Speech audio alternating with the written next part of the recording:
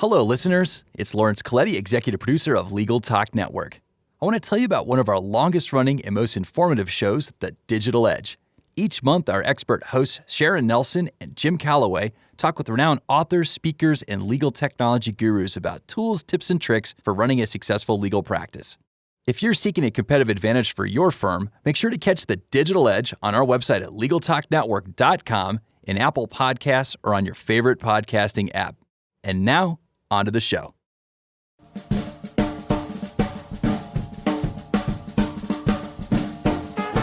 So you're an attorney, and you've decided to go out on your own. Now what? You need a plan, and you're not alone. Join expert host Adriana Linares and her distinguished guests on New Solo. Tune in to the lively conversation as they share insights and information about how to successfully run your law firm. Here on Legal Talk Network.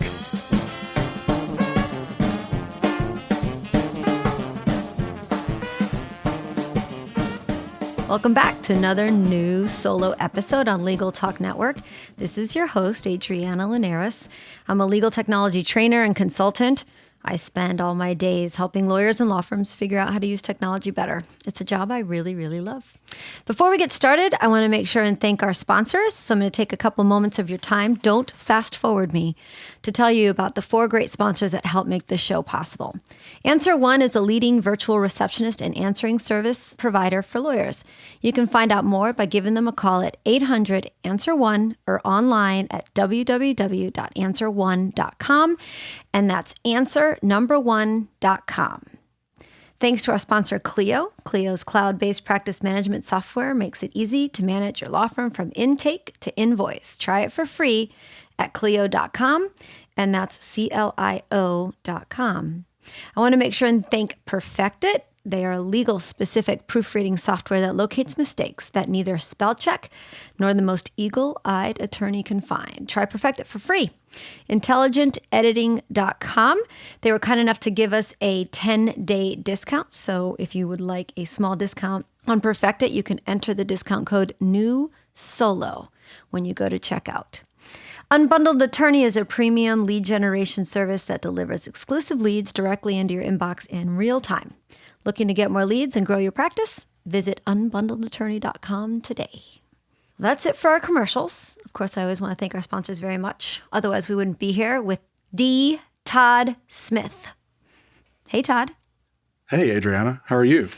I'm great. How's Austin, one of my favorite cities in all of America that I don't visit often enough? Well, you should come to visit more often. It's really good right now. We're in the throes of summer. 100 degrees plus pretty much every day at this point. But we're used to it. We're used to it. At least we don't have, in Austin, we don't have Houston's humidity or the humidity from Florida. So it's bearable as long as you can go in between air conditioned zones pretty quickly. That's how I do it in Florida. All I try to do is move between bodies of water, pools and lakes and rivers and oceans. So tell us a little bit about your practice and what you do in Austin.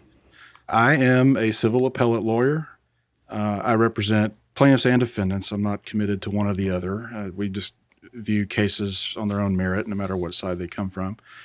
And so being a civil appellate lawyer can mean a lot of things. I write briefs, I research, I take over cases that are going up on appeal from the lawyers who handled them at trial. But in addition to all that, I do personally, and my firm generally does, a lot of law-related work in trial courts that's sort of pre-appeal. We will get involved in cases even before they're filed sometimes if we're brought in by a law firm that's got a lot of forethought and can tell from the get-go that there might be some thorny issues that come up in the case. And so we'll work on the initial strategy really throughout the life of a case even. But we also do sort of traditional law work like motions for summary judgment and responses, jury charge work, objecting to jury charges, and also the post-verdict sort of pre-judgment motions phase, and then even post-judgment motions. So there's really a wide gamut of things that we do that fall under the rubric of appellate work that don't involve just sitting behind the computer and writing briefs all day. Because that is really sexy stuff. It's hard. When I was practicing at the big firm, I used to be jealous of my compatriots who did a lot of travel and took depositions because their hours billed sitting on an airplane reading a magazine were just as good as my hours billed reading cases on Westlaw and actually drafting. And I did a lot more of that kind of thing. And it's hard to achieve the same level of billable hours doing what I do than it is in other areas like just regular litigation. And how many, when you say we at your busy law firm, how many of you are there? Currently, we have 3 lawyers and 2 staff. I say currently because we're very soon, hopefully by the time this airs, we'll be able to announce that we've added another partner. Oh, cool. Congratulations. To the firm. Thank you. It's been a long time in the works, and it's very, very exciting. I won't say on the show even who or where it might be, except to say that it would not be in Austin. So we may soon have another office to springboard from. And so well, that's great. We'll have you come back after that happens and talk about, kind of opening your second location. Well, I actually already have a second location. Oh, you do? Tell us more. We're based here, and myself and one of the other lawyers are here, and all the staff are here. We have an office down in far south Texas in a town called Harlingen, which is, if you throw a rock really, really hard, you might hit across the border to Mexico. It's just that close.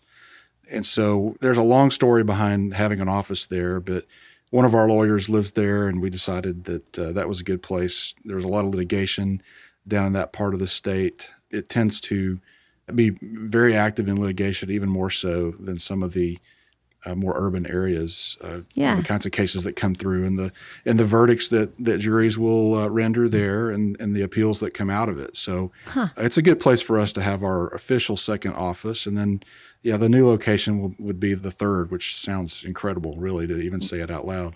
Oh, really? So it's your third office. I don't even know what I was saying third earlier, office. like your second office. Right. Yeah, it's your third office. It's great. That's pretty exciting. I want to talk about how you got there. Were you at a large firm and then went solo, or did you and a partner? How did you start your firm to begin with? Well, I know the focus of your show is solo, and so we get a mix. But to answer your question, I was a solo, so I'm certainly qualified, I think, to be a guest on the show. I did practice in a large firm. After I finished a judicial clerkship, I was at a firm called Fulbright and Jaworski, which is now folded into a global firm called Norton Rose, now known as Norton Rose Fulbright. And at the time, I think we had about 700 lawyers. Right, an empire. I call those firms that size empires. It was a big law firm. It's a lot to manage, right? Right. And now I think in the current form, I think it's actually more like 3,000 or 4,000. It's incredible. Sure. So I did come in at a large law firm and was trained up in their system, and which, it looked pretty different. It certainly looks different than what I'm doing today. Oh, yeah. But after, I think I was there 9 years, I left and hung my shingle, which was awesome. a really big step to take. It always is. Oh, it really was. And looking back, I have no regrets at all about doing it, and things have gone very well for me in my career. And as we sort of suggested earlier, we're in growth mode, so I cannot complain at all. But so the solo life was great, but very interesting, and it brought a new set of challenges for sure to my practice. So I'm trying to decide which direction to go in with that. I think what I want to ask you, because it's always interesting to me when I get someone who's been at a firm that size, because the expectations that you have of the technologies that are going to be available to you, because, I like to talk a lot about practice management and technology and business development, is typically, if you're an associate at one of those large firms, you don't tend to do a lot of business development. So marketing is something completely new and different.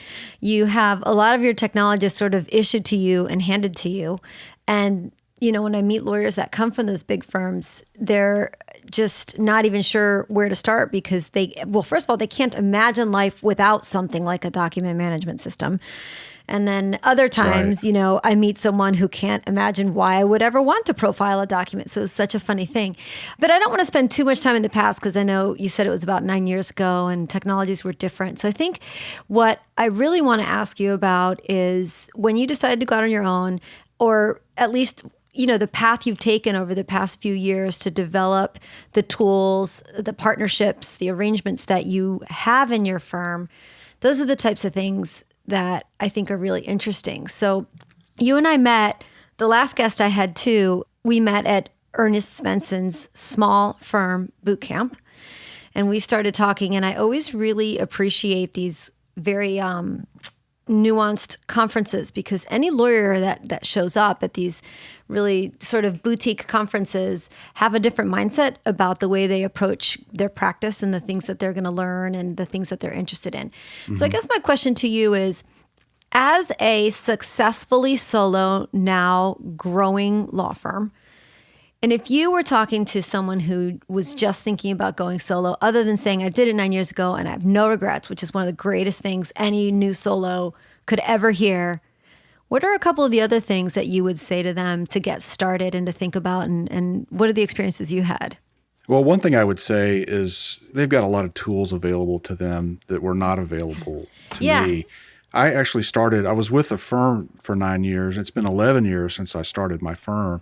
So go back to 2006 and remember what things were like technology-wise. And, I had to – you're absolutely right about in big firms, people just sort of taking the equipment and the support for granted.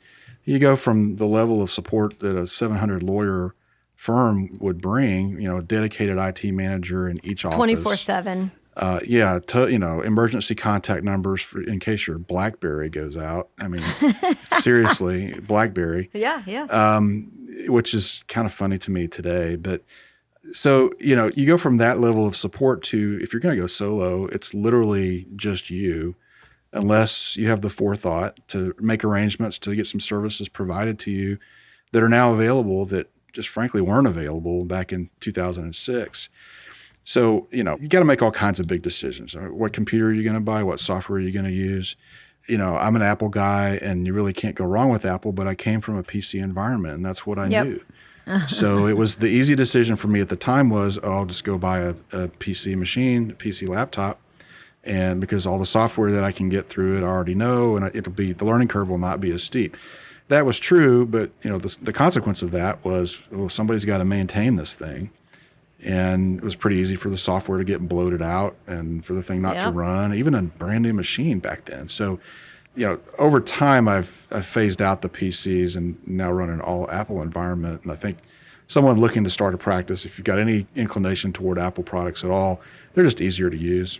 And you must be using mostly cloud-based applications and solutions then to help you, or do you have some that are not? Well, no, you're right, and that's kind of the next point, and where I was going is, the next decision. Todd. That's okay. The next decision I had to make, of course, after what computer to buy is what software to get, and those are the days of going and actually getting the CDs and installing the software on your hard drive, on your 120 gigabyte hard drive, if it was that big, or whatever the size was. That was about the limit. You're exactly correct, Adriana. Today is okay. I can get. Even if you're going to get a PC machine, your software is going to be largely, if not entirely, cloud-based, which my view of that is that's a huge advantage to the modern-day person hanging out their shingle. You can pretty much plug into practice management, timekeeping and billing software that's updated on a regular basis without you even knowing about it. You don't have to go and buy the licenses for the updates, install the updates, and so forth. So that, just in terms of the mechanics for a soon-to-be sole practitioner, actually acquiring the tools that you need to do your job, some of them you already have. You've already got probably a smartphone. That didn't exist in the form it is today in 2006. Between a smartphone, you've probably got an iPad. That certainly wasn't around. If you can add a decent laptop computer to that and get connected with some cloud services, you pretty much have everything you need to practice law. You kind of really do. It's true, and that's why people are so mobile these days. It's such a great advantage for the folks that are inclined to make the jump. It doesn't take away any of the fear or anxiety that go along with making that decision and moving in that direction, but at least you're not going to face the technological hurdles that I had to face, back 11 years ago. Just large decisions and not really having the kind of service available that just makes it so much easier to get rolling. Yeah, it's true. Listen, before we move on, and I ask you a couple more questions, let's take a quick break. Don't fast forward me, listeners, and hear a word from a couple of our sponsors. We'll be right back. Is your firm experiencing missed calls, empty voicemail boxes, and potential clients you'll never hear from again? Enter Answer One Virtual Receptionists. They're more than just an answering service. Answer One's available 24/7. They can even schedule appointments, respond to emails, integrate with Clio, and much more. Answer One helps make sure your clients have the experience they deserve. Give them a call at 1-800-ANSWER1 or visit them at answer1.com/podcast for a special offer.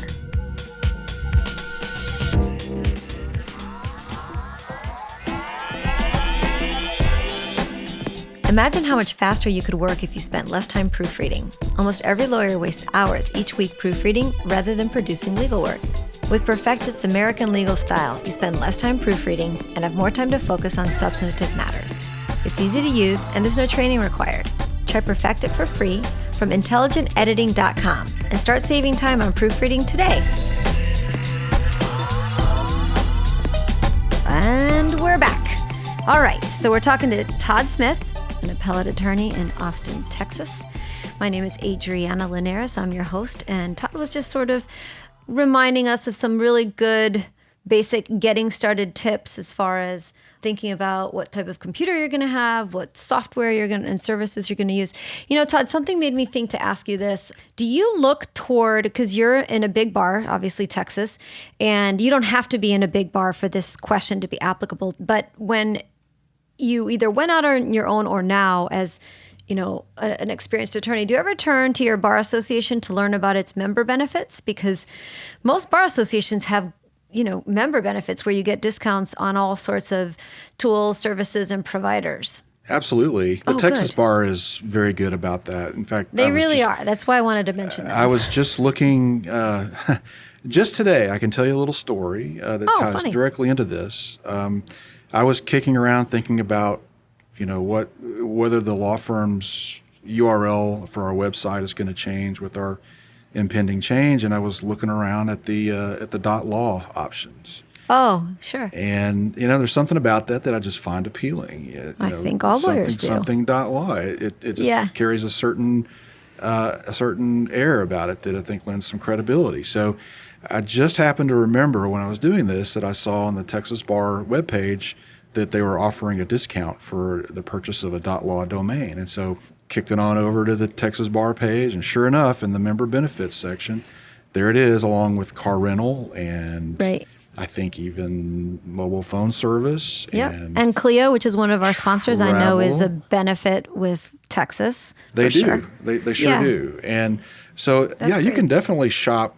You know, if you're looking for almost anything, really, one of the first places to look would be that page on a big bar site for sure. We even have that here in our local bar. I mean, I'm pretty heavily affiliated with the Austin Bar Association, and we've even got those kinds of member benefits on a local level. So there's really multiple levels potentially of those kind of benefits that anyone can take advantage of if they happen to belong to a bar that offers them. Yeah, that's good. Well, good. I wanted to make sure and mention that because that's actually something I think we've not brought in as a good tip before, but that's a good one. Sure. I've been trying to get running from as a .law, but they won't sell it to me. But I'm going to work on it. I know people. I'm working on it. So tell me a little bit about, you know, you were at Ernie's boot camp, and I'm wondering, you know, after 9 years of your own firm, 11 years out on your own, do I have that right? Got it backwards. I got it backwards. Okay. 9 years in the big firm, 11 years on my own. Oh, all right. What were the types, at this point in your career, and obviously successful with a growing law firm, what are the types of things that you still feel you don't know about and what you were sort of looking for when you go to these conferences? And did you find it? Well, I love legal technology, and so that's why you're here, Todd. I do not profess to be an expert in it. There's always things to learn. I've known Ernie for a long time, and I think he and I decided we met more than 10 years ago for the first time. And so I was really pleased to be able to go to his conference this year. It's typically been like between Christmas and New Year's, and that was always a tough time for me to get away. He did it in May this year, which was fantastic, and the timing worked out beautifully. You know, I've learned so much from Ernie just through his online course. Yeah. And you see different perspectives that different folks bring to the same basic problem. And we all tend to get kind of locked into our viewpoint. And sometimes it's hard to break through. And you can research and figure out tools that work for you individually, but there may be other tools that you just don't have the time to get into. But if you talk to other sort of like-minded people, it's real easy to compare notes and potentially come up with solutions that are things that you wouldn't have thought of on your own. The one great thing about that conference is just there was a great blend of perspectives among not only the attendees but also the presenters. And covering everything from the actual technology side and tools that really, if you think about it, everyone ought to use. It's just a matter of convincing yourself that this isn't really a gimmick. Like, let's take, for example, Text Expander. You know, it seems a little not really gimmicky, but, you know, our word processors do some of the same things that Text Expander does. I live and die by Text Expander. Right. But, you know, think about, and you were there, and the listeners wouldn't appreciate it if I just said, think about the presentation on Text Expander. Well, I can't believe it was an hour long. I was like, holy shit, how much can we talk about Text Expander? And there it was, a full hour's worth of information. But the way that Bernie presented that was, these are ways to use this tool that you probably haven't thought of. Right, and very practical uses. I mean, exactly.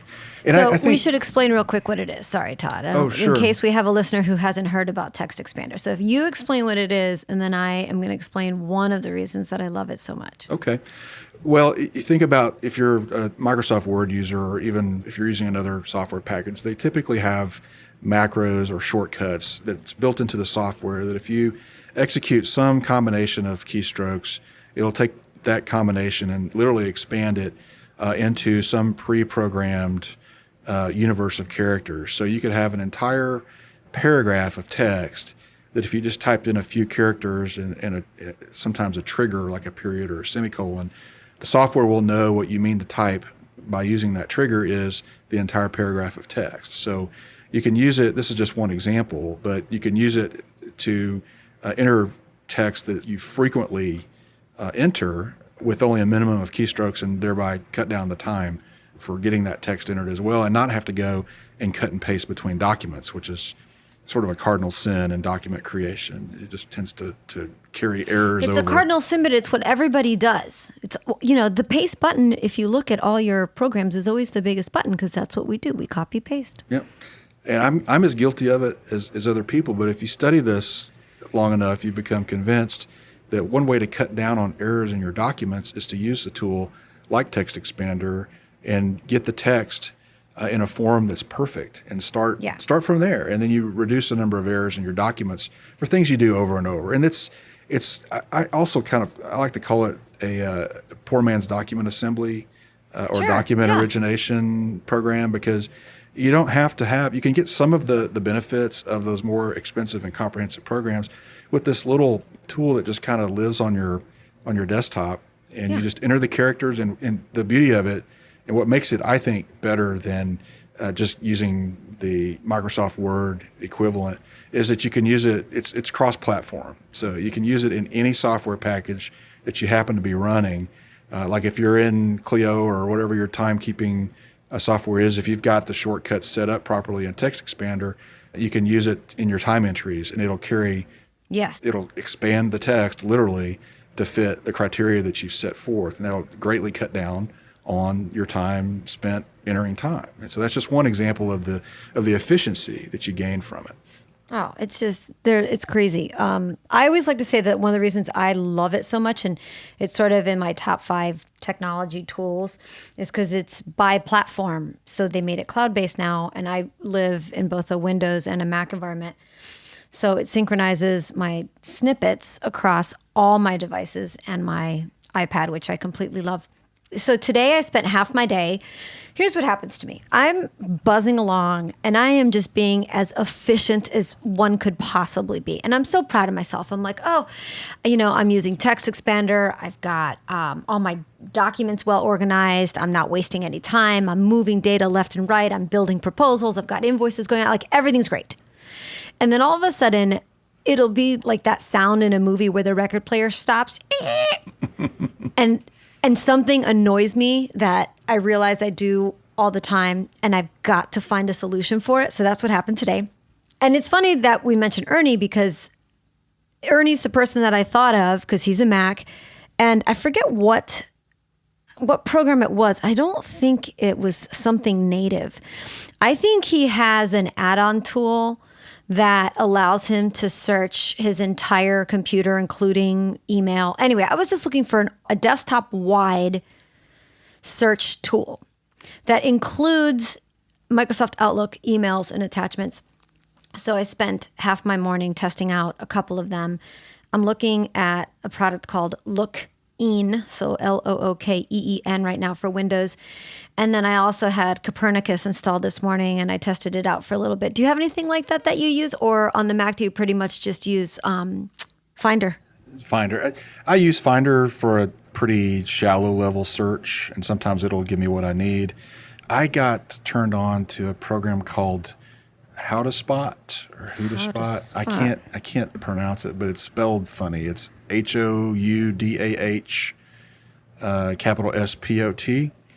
And it has a really deep functionality in terms of it will do exactly what you just described. It will good for the Mac. For the Mac, great. It will find documents in your emails. Literally across every package, every bit of software. Word suite or Office suite, email, everything. What I'm trying to do usually, which I think might be different than a lot of lawyers who are looking for an old document. They're not really sure which one it was. They just remember that we use this clause. And what I'm typically doing is I'm just trying to get there quicker. I know exactly where the document is stored or filed, but if I have to dig my way through a bunch of folders, that's a waste of my time. So I was really looking for a way to be able to put in Todd Smith, and it just takes me straight to a folder called Todd Smith, but then also all the emails in the document. So anyway, I just wanted to mention that that's another tool that, our listeners should add to their toolkit along with Text Expander and a practice management program is the ability or a tool that helps you quickly and efficiently search through everything. Yes. Is important. What are your other favorite, give me one more before we go to a break, one other, you love legal technology. Tell us a little bit about your technology setup. Oh, gosh. Okay. Well, I invested the money in a fiber internet connection here in the office. And so my latest gizmo, if you will, is not too long ago, in fact, right after this conference, we decided to let Ruby Receptionist host our phones. And I had to come up with a new solution for conference calling because the provider that I had before that, I was frustrated with them. They were a voice-over internet provider. Had a good conference calling service, but I needed to be able to get around the limitation that Ruby had, which was they don't host conference calls. So there's some good choices out there, but the option that I decided to pursue really is I'm going to almost exclusively do video calls. Because, interesting. Yeah, one of the things that's a bit challenging, given what I do, I'm working with lawyers from all over the state in all kinds of practice arenas, and I couldn't tell you how many clients who've hired me over the years, and I've never met them face to face. I love hearing that because I want lawyers to know that you can successfully manage a case without meeting face to face. Not every time, but that I just want them to believe it can be possible. So we're wireless here, but with the fiber connection and the way Wi-Fi is these days, if you've got good internet and good Wi-Fi, you're good to go. And so I'm just getting started on this, but just this week I signed an agreement with a video conference provider, and I'm going to use the heck out of it, and I'm really going to push it because one of the things that I like to say is I will find whatever the software package is, and I'll find a way to push the envelope on it. And I'll ask the questions that other people don't ask for some reason. I don't know. I think I've said in other places that I'm technologically curious and think that things ought to solve problems. And I think of the problems that they should solve. And so I thought about, why in the world I've got 3 cameras. I've got 2 monitors in my office with cameras, plus my MacBook monitor. If you add my iPad, I've got monitors all over the place. Yeah. There's no reason in the world why I should just sit here and be on an audio call with somebody that's, however far away they are. And because you pick up so much in the nonverbal communication that gets lost on the traditional conference call. Yeah. So I'm really starting to invest time and money in a video calling service that's really just going to be one of our main communication platforms. I think that's great. So are you going to tell us which one it is? I don't mind telling you which one it is. It's Zoom. I was so hoping you would say that, because otherwise I was going to have to say, well, my favorite is. So I've been using Zoom for a really long time. It's super inexpensive. $14.99 a month? For one host. I believe that's correct. Yeah. So even if it was for 3, you could triple that and it would still be inexpensive. It is such a good service. It has an add-in, just so you know, for Outlook for the PC. So I don't know if it has it for the Mac, but I can click inside of Outlook to schedule a meeting, start a meeting, and then it creates an appointment, and then it sends all the details. But the cool thing about Zoom, one of the reasons I like it so much, is it's so easy to use. We were doing, I do some consulting for the Florida Bar Board of Governors, and often have meetings that involve really random types of people. A judge from, the middle of Florida where maybe they don't have that good of technology, so he's going to come in on his Samsung iPhone because of security purposes. A librarian, a lawyer, a law student, and we have never, ever, ever, ever had a problem with someone either connecting or figuring out how to use it, or just having, if somebody has a bad connection, it's not Zoom's fault. It actually optimizes even, I think, some of the worst connections. And it's always a high def video, and you can record the whole thing, and you can have a private chat, and you can share documents. It does all of the things that you hope a video conferencing system can and would do. So I absolutely love that product, and I think it's affordable and great. So I'm glad you mentioned it. Yeah, I actually have gone ahead and spent the money for a more feature-filled version of it, and I'm got a lot of plans for it. I would like to start a podcast, awesome. and I actually am thinking. I know people. I'm sort of. I know you do. I'm actually kind of thinking radically here. It's like, well, why? Podcasts, yes, they're audio only, but why not have a video of the podcast? Do video between the guest and the host. Yeah, can I take a self-serving moment? Go ahead. I hope my producer is listening, because I have had that same idea. And wouldn't it be wonderful if you and I, Todd, were looking at each other? Maybe we should have done one. Okay, I know what we're going to do. We'll do it next time. Exactly. We said we're going to have you come back after your first third office opens up, and how did that go and all the stuff. And then we're going to do that one by video.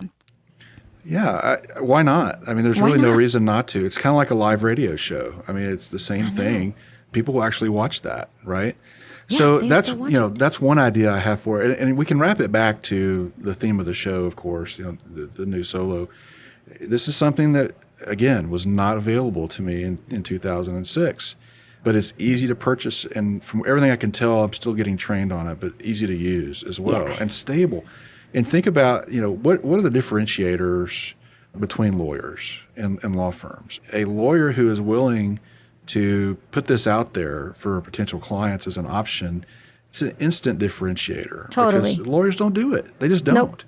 And clients love it. Right.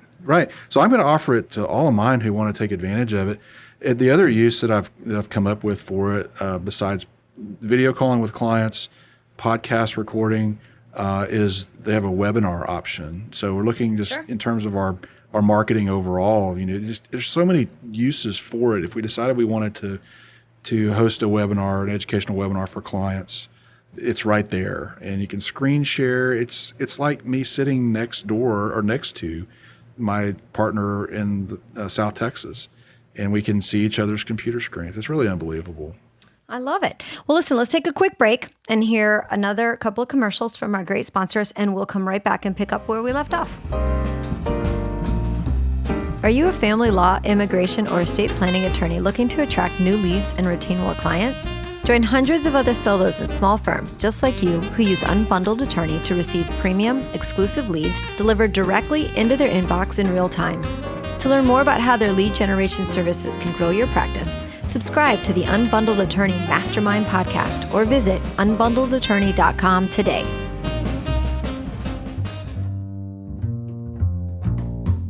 Imagine what you could do with an extra 8 hours per week. That's how much time legal professionals save with Clio, the world's leading practice management software. With intuitive time tracking, billing, and matter management, Clio streamlines everything you do to run your practice from intake to invoice. Try Clio for free and then get a 10% discount for your first 6 months when you sign up with the code NEWSOLO10. That's NEWSOLO10, and do that at Clio.com, CLIO.com.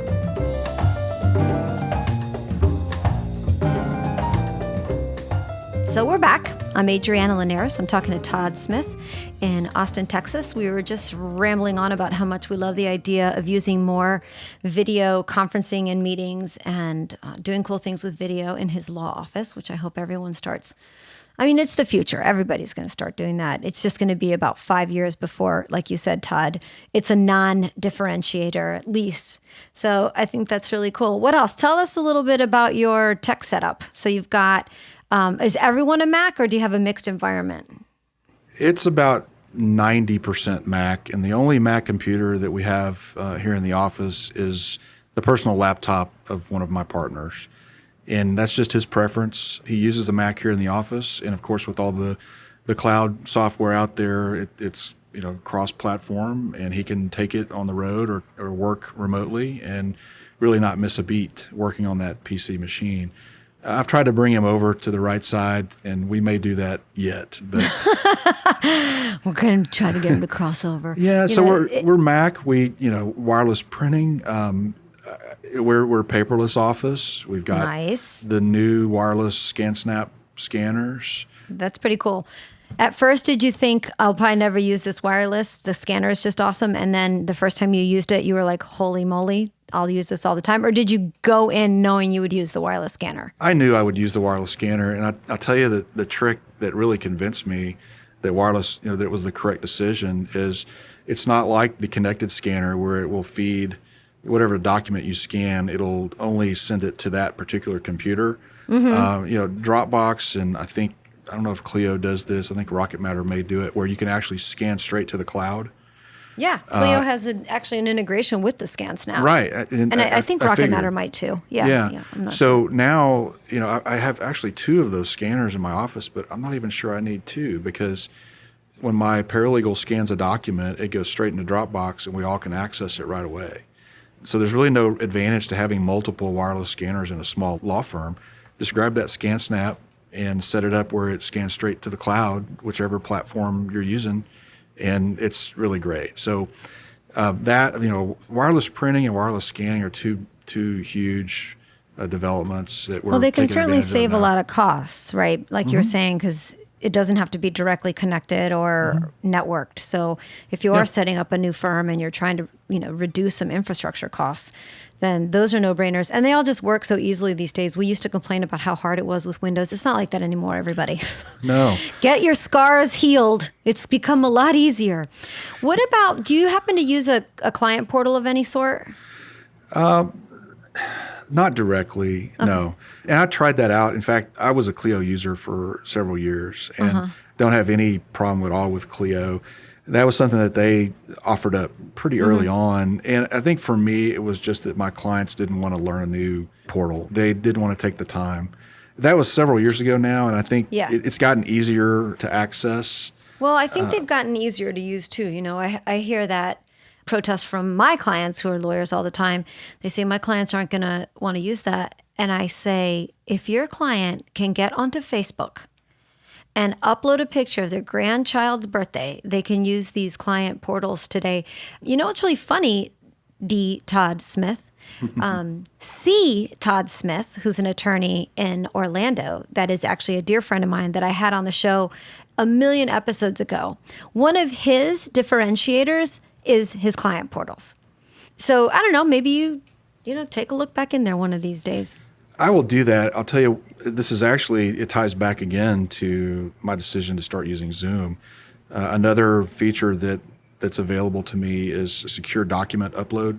Sure. That's pretty so cool. I can send out a link. I haven't tested this yet, but one of the reasons why I went ahead with it was I can send a link out to a potential client. And so instead of emailing me documents, they Yes. can upload it through Zoom and it'll show up on my end. So it's not quite the same as a client portal, but it gives some of the same functionality, mainly the concern, of course, being sharing Right. confidential data. Yep. Which is, kind of a number one goal for lawyers. Right. Go ahead. Oh, I was just going to say that another thing to consider in all this is security. For the new solo starting out now. Yes, you've got all these great tools available, but you have to be mindful of security. So it's not really a toy; it's a very serious function that we have here in our office. But we do have a VPN. Explain what that means and why you got it and how expensive or inexpensive it was. A VPN is a virtual private network, and it's just the capability of creating a direct connection or a secure connection between your system and the internet or your office system if you're connecting to the office virtually. Doing that securely, even though you are using public Wi-Fi, is probably the best example. If you're on the road, you've got everything on your computer, but you need internet access. You hear all the stories about, or even in a coffee shop, people being able to look at what information, what sites you're visiting, if you're using an unsecured Of course. provider, and that ought to scare the heck out of all the lawyers because you just can't afford to have your confidential data be compromised in any way. So for me, what a VPN allows me to do is to be on the road, connect through the hotel Wi-Fi if it's in my room or in the lobby or at a conference room, whatever, and establish a secure connection so that other people can't see what I'm doing and certainly can't get a hold of my data. Cost, I think you can go out on the open market and buy a VPN to attach to your computer. I didn't have to think about that because the IT group that we use basically set it up for us.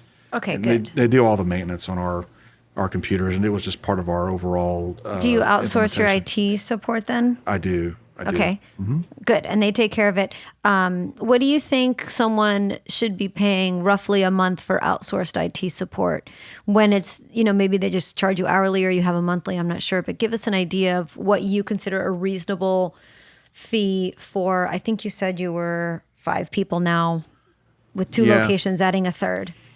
Well, you think about what it would cost you to hire someone actually as an employee, or obviously you'd be talking about a contractor for most solos or small firms.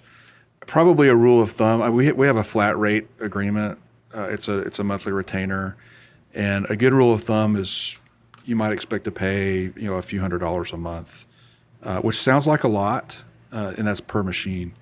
It sounds like a lot, but in the cosmic scheme, it's really not. When it comes to even though Macs are relatively easy to maintain and typically don't get viruses and are just pretty worry-free, they still have to be maintained to some degree. Yeah. And you still have to do the software updates periodically, and sometimes you get hardware problems too.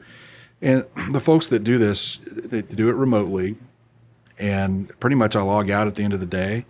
And any software updates are run on my machine, and when I'm ready to turn it back on, everything's set up for me. It just works. It just works, yeah. You're tech stress-free, which I think is incredibly important.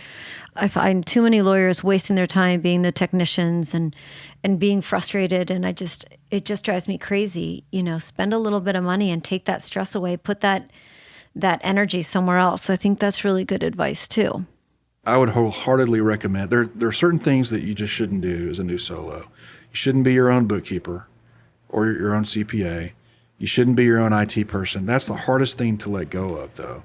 I think because if you're Yeah. if you're even at all, Which is funny. it is. But most of us have computers at home that we maintain on our own, and we think, oh, it's not a big deal. We can do it ourselves.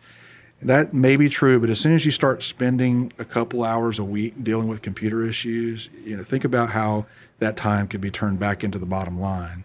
And pretty soon you realize that, look, it's an hour of my time that I'm having to pay, the equivalent to or less for someone to maintain my computer, and it's done all remotely. It's easy, and they will support me anytime I have an issue. It's really one of the things that I just consider to be a no-brainer. I would wholeheartedly recommend, find a CPA, find a bookkeeper, but also find someone to handle your IT support on an outsourced basis, whether you're using Mac or PCs. Yeah. Well, it's been really great having you on this show, Todd. It's been very helpful. I know our listeners will completely appreciate all of your tips and suggestions and your life lessons. Tell everyone how they can friend, find, or follow you out there on the internet. Sure. I'm on Twitter, and it's Todd Smith, just like it sounds. You're so lucky. I grabbed that pretty early on, and I'm really glad I did. Well, I really mean that your name doesn't have to be spelled every time. I mean, it's Todd Smith. Don't get crazy. Don't get funky. Just it is what it is. Try Adriana Linares. That's not easy. 2 D's and an I guess, is the most right. It's complicated explanation I have to give. So, on Twitter, and I'm usually pretty active on Twitter. Our law firm website is appealsplus.com. Also, just like it sounds, spelled out. I have a blog that I've had for 10 years now, I think. Oh, tell us about it. Where do we find it? TexasAppellateLawBlog.com. What's that about? Kidding. I write. Yeah, as if you couldn't tell from the name. It's a great name. So we write little short pieces of interest there, typical blog post kind of stuff, and everybody in my firm participates in that. So those are probably the best places to find me. And, of course, all my other contact information is available on both of those, or the website and the blog. But people could always just reach out to me through Twitter. Well, great. Well, thanks so much, Todd, for taking the time out of what I know is a very, very busy day. We're going to look forward to seeing you back on the show after we get that third office up and running and learn some new cool things. Maybe we can talk about marketing too, because I think you do some good. Your website looks really good, and I know you get into some pretty creative marketing ideas. So we'll talk about that. But for now, I just want to say thank you so much. Appreciate you coming on the show. Well, thanks for having me. You're so welcome. For all our listeners, you've listened to another episode of New Solo. Thank you so much. Don't forget that this podcast was brought to you by our sponsors. Please visit their websites. And if you enjoyed the show, please head on over to iTunes and give us a nice rating. You can always learn more about the show, our guests, and catch up on past episodes at LegalTalkNetwork.com/New Solo. So until next time, remember, you're not alone. You're New Solo. Thanks for listening to New Solo with host Adriana Linares. Tune in again to learn more about how to successfully run your new practice. Solo, here on Legal Talk Network. The views expressed by the participants of this program are their own and do not represent the views of, nor are they endorsed by, Legal Talk Network, its officers, directors, employees, agents, representatives, shareholders, and subsidiaries. None of the content should be considered legal advice. As always, consult a lawyer.